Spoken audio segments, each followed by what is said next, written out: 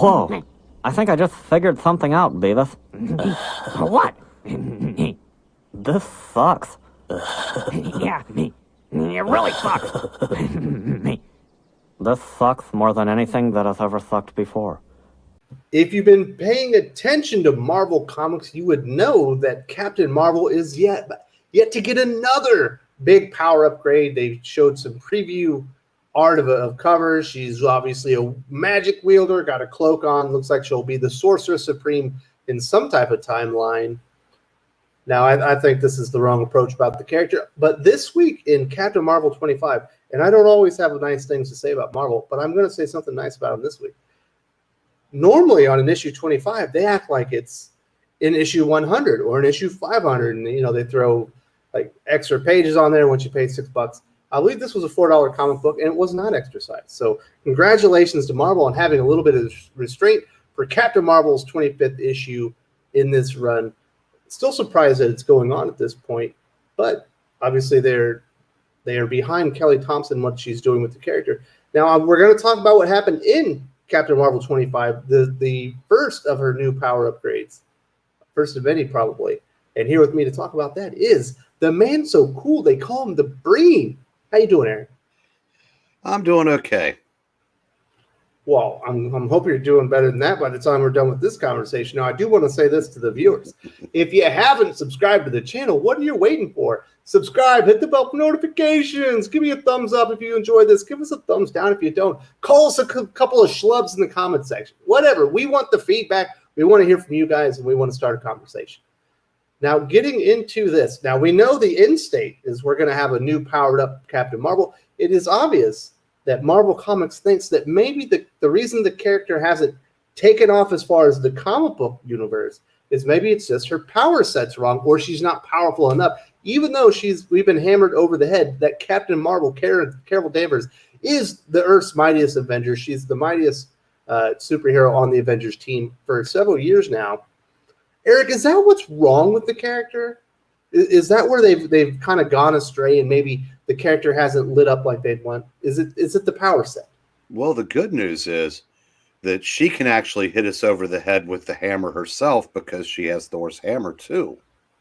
Oh, and she also has Ronan the Accuser's hammer. She was Carol the Accuser. Ooh. Yeah, and as far as the 25th issue being an anniversary of sorts, I guess instead of extra pages, we just get extra powers. Absolutely. So really, we win. So, like I was saying, with Marvel, they seem to think that the problem with the character is the power set. I say that they have not figured the character out and how to make her likable ever since, probably before Civil War II, but it was certainly up front and center in Civil War II. She was essentially the villain, much like Tony Stark in Civil War I. She murdered Tony Stark. She led a team of young superheroes, was imprisoning and doing all kinds of very bad things. And they haven't been able to rehabilitate the character. They haven't focused really on the character of Carol Danvers, and even they probably need to, at this point, to maybe admit that they have the character wrong and do something about it rather than just changing her power sets. Well, I'm not sure that the people at Marvel think they are doing anything wrong with the character, because if you do the wrong thing for the right reasons, in their mind, you're still doing the right thing. And when she became basically a space dictator, for lack of a better term, and was locking people up and having her minions, locking people up, if they're the wrong people in the minds of the creators in the story, they probably think that they've got her right. It's just these dang fans just don't get it. And we have to keep making her more powerful every 4 or 5 issues. And with each story arc, with each event, she gets an upgrade. Hell, she's got Doctor Strange's powers now. She's got Thor's hammer, Ronan's hammer. I'm sure I've missed 3 or 4 other ones. Absolutely, you have, because it not the too distant past. They had, I think it might have been Captain Marvel, whatever the fake anniversary they did. It might have been like issue 100, where essentially by that point she had Tony Stark's, like, she had some of his Iron Man tech. She had Thor's hammer. She had Black Panther's nuts. She probably stole a vibranium cup. What else she had? She probably had she definitely had Captain America's shield. She basically was fighting clones of the Avengers, so she wasn't killing the real Avengers, but they wanted to show everybody that she was so powerful that she could just destroy all of them. And she accumulated all of their trinkets and all their powers. So that happened not too long ago. Obviously, we did have Empire. She became Carol the Accuser. She got Ronin's hammer because she was declared, she took his place among the Kree Empire. And now it's the same thing. It's very repetitive. They want to take that Ronin's hammer. They want to hit the reader over the head. Donk, donk, donk. Carol Danvers is the most powerful hero in the universe. Whether you like it or not, we are going to drive it into your head. But it doesn't really work that way, unfortunately, for them. Either the readers accept it or they don't. And if they don't accept it, whether you think you've made your point or not, then it doesn't matter. And that's the thing. They're very committed to making her a thing, and they have been for about 8 years now. Now, Perch brought up something the other night. He goes, we're immersed in the culture war. We see all the ins and outs and what happens, but we're in a very small percentage. So most of the people that buy Captain Marvel, with each relaunch, and they're oblivious to what's going on. Now, some of those people, do have, Brie Larson's public comments that reached far more people than any tweet made by anybody in, the comic book culture war. So they've kind of gotten a taste of, her personality. That personality seems to be the personality of the character in the book. And for the readers that are oblivious to it, they just kind of fade away with each issue. You read that and you go, this is not a character. This is a Mary Sue. This is I don't know who she's being written for. Actually, I do. She's being written for the audience that Marvel would like to have. Again, and it's not a long-term comic book reader audience. The make-believe audience, the one that's not really there. The same people that they think are going to watch this and go, "Ooh, I want to go see Captain Marvel too." It doesn't work that way. I said, the one power they haven't thought of to give her is likability or some humbleness. Yeah, it's the oddest thing. I read Avengers every now and again just to check in on how bad Jason Aaron's doing on that run. Newsflash, it's still really bad. Yeah. And every time she's in there and interacts with other heroes, it just comes off so cringy. She's always telling Tony she's like going to punch him, and she's like threatening people all the time. And it's like, I don't think you realize what goes into making a heroic character likable, but I do think they know what goes into making a villain really unlikable, because they seem to throw that in spades into this Carol Danvers character. And it just, I'm sitting here, I'm baffled. They have to know. Like, I have not read a ton of Captain Marvel. I normally pick up the new series and I roll off after 3 or 4 issues just because I can't take it anymore.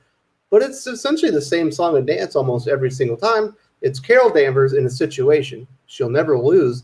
And then everyone around her, all the characters are just there to let her know that she's doing the right thing and that she's done wonderful. And she's a great character. And you hear that over and over. Then she accumulates powers.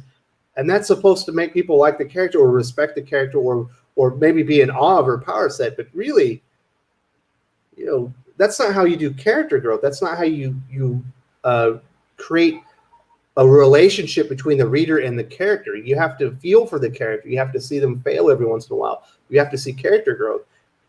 And there is no character growth because she's essentially a paragon from the day that they decided that she was Captain Marvel. And there was literally nowhere that they could take her because she was already so high. So they just put on powers on her, and everyone tells you she's great. But it doesn't feel that way. Yeah, I said if you want to see character development, go back and read Ms. Marvel from the 70s. Hell, read her appearances as Captain Marvel, in the old Marvel Captain Marvel series, before she got her powers.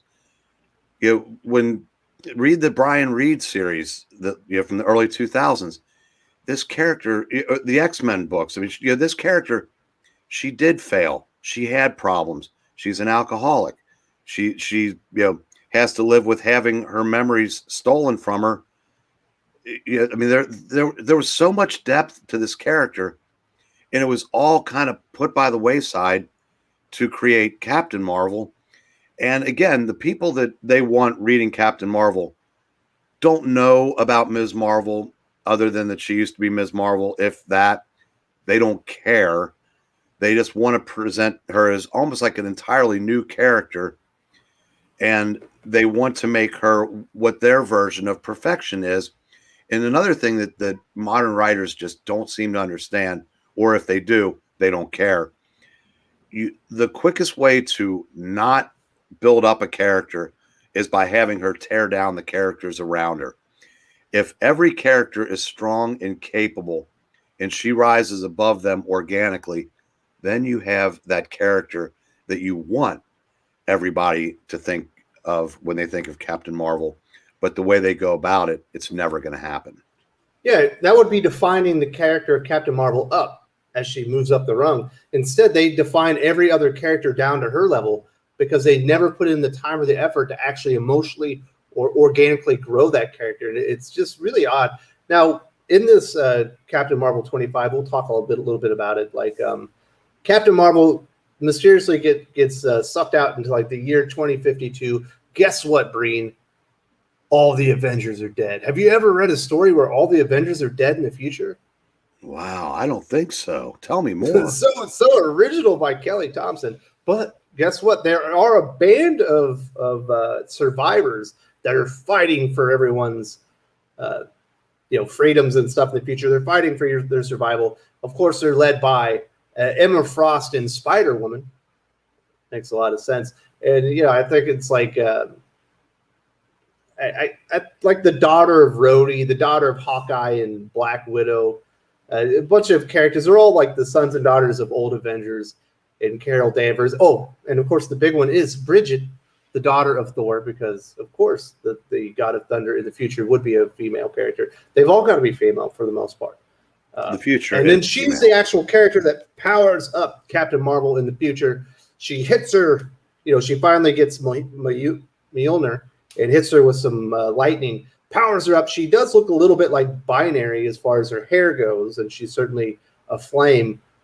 We're not sure exactly what the extent of the new power set is, but this is just a step until she becomes the most more powerful character. Like if she wasn't already overpowered again or already to begin with. So, well, the best way that I could encapsulate this is the article that you sent me talking about this. And I already forgot the character that they're fighting, or some like 3-word thing. The son of Namor and Enchantress. But the way the villain's got to be male, of course. And the way they closed the article, Or's gonna get, Ove is gonna get his butt kicked, and we're here for it. Well, that kind of tells you what's going to happen, doesn't it? I mean, that's another big giant menace that no one can handle except for Captain Marvel.